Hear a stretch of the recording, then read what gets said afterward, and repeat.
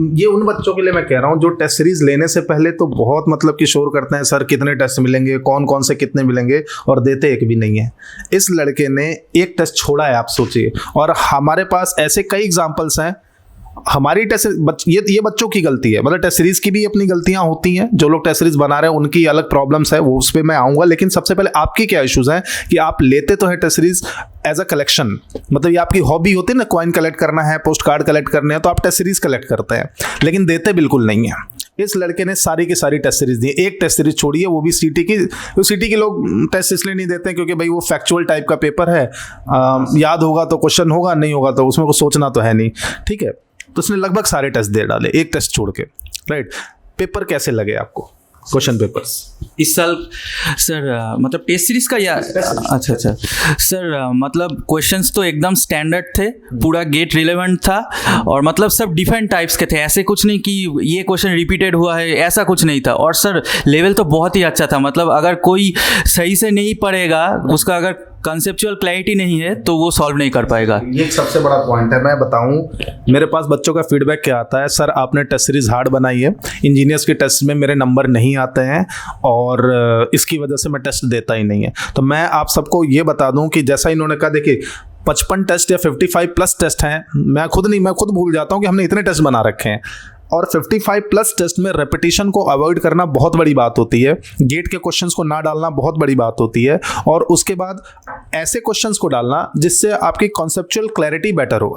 मैं ये नहीं कह रहा कि आप मेरे से पढ़िए, आप कहीं से भी पढ़िए, लेकिन अगर आपने प्रॉपर कोर्स किया है ना, आपने प्रॉपर प्रिपरेशन की है, तो टेस्ट सीरीज के क्वेश्चन आपसे 100% बनेंगे। इनसे क्यों बन रहे हैं, राइट। आपके नंबर्स टेस्ट सीरीज में कितने आते थे करीबन?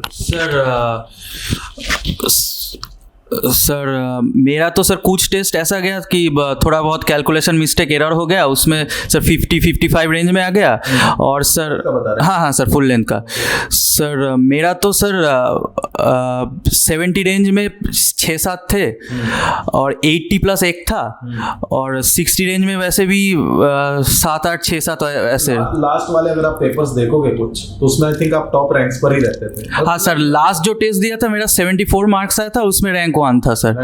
हाँ सर। तो ये मैंने बच्चों को कई बार बताया कि अगर आप इंजीनियर्स के टेस्ट सीरीज में रैंक 1 तो छोड़िए, आप अगर आप टॉप 20 में आ रहे हैं इंजीनियर्स की टेस्ट सीरीज में, अगर आप टॉप 20 में आने की हिम्मत रखते हैं, आपकी प्रिपरेशन का वो लेवल है, तो आप गेट में टॉप 5 में आने की हिम्मत भी रखते हैं, राइट।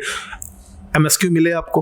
हाँ सर, ये एक बहुत मतलब अच्छी बात है कि टेस्ट में बहुत MSQ था। स्टूडेंट्स MSQ सॉल्व नहीं होता। हाँ सर, कुछ जो नहीं होता था वो मैं उसके बाद एग्जाम के बाद नोट्स पढ़ के देख लेता था कि कौन सा थियोरिटिकल पोर्शन मुझे याद नहीं कि इसलिए मैं अटेम्प्ट नहीं कर पाया, तो ये सर अच्छा होता था sir. That's a very positive attitude. ये एक पॉइंट क्या है, देखो होता क्या है, स्टूडेंट से जैसे इनके तो भाई नंबर अच्छे आए, कई स्टूडेंट टेस्ट देते थे तो उनके नंबर शुरू में खराब आ जाते थे, तो टेस्ट को बंद कर देते थे। मैं उनको हमेशा ही समझाया कि टेस्ट के नंबर आपके गेट के नंबर नहीं है, ये बस आपकी एक प्रैक्टिस है, आप उसको सुधारो। अब जैसे MSQ में स्टूडेंट्स की कंप्लेन क्या रहती थी कि सर मान लीजिए 3 ऑप्शन सही तो 2 तो समझ आ जाते थे, लेकिन तीसरा हमें समझ नहीं आता था।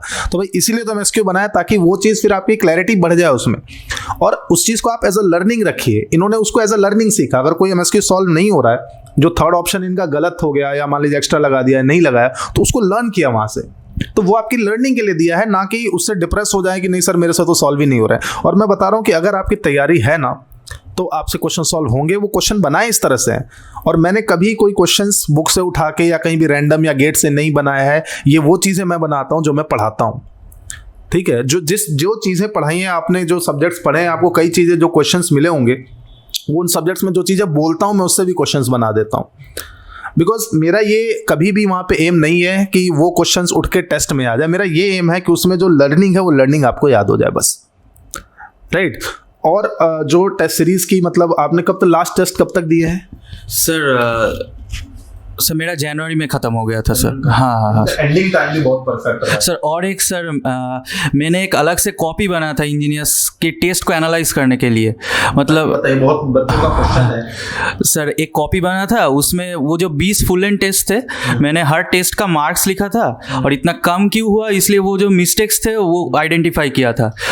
एक टेस्ट देते थे मान लो फुल लेंथ, हाँ सर। स्टूडेंट कहता है कि सर एक टेस्ट देने में तो हम दे देते हैं, उसको एनालाइज करने में दिन भर लग जाता है। नहीं सर, वैसा नहीं सर। सर। क्या एनालाइज करते थे? सर मैंने स्पेसिफिकली जो करेक्ट हुआ उसको भी एक मतलब क्विकली देख लेता था कैसे करेक्ट हुआ, और जो गलत हुआ उसको मैं सर नोट करता था और स्टार मार्क देके उसको लिख रखता था। मतलब जो थियोरिटिकल था उसको मैं पढ़ लेता था कभी कभी कि इस कॉन्सेप्ट को मैंने मिस कर दिया इसलिए मेरे क्वेश्चन नहीं बने वहाँ। बस पढ़ के मतलब सीख लेते थे कि हाँ ये हो गया है, आगे नहीं करूंगा।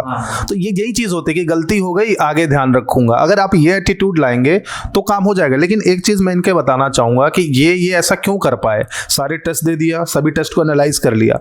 मेरे पास बच्चा आता है कब, आप समझिए 10 जनवरी को कह रहा है कि सर मुझे टेस्ट सीरीज ज्वाइन करनी है।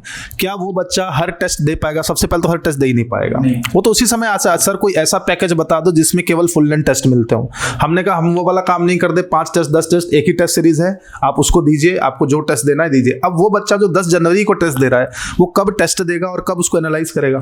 उसके दिमाग में तो प्रेशर है कि मैंने तो अभी टेस्ट देने हैं, रिवाइज करना है। It's all about timing, it's all everything about timing.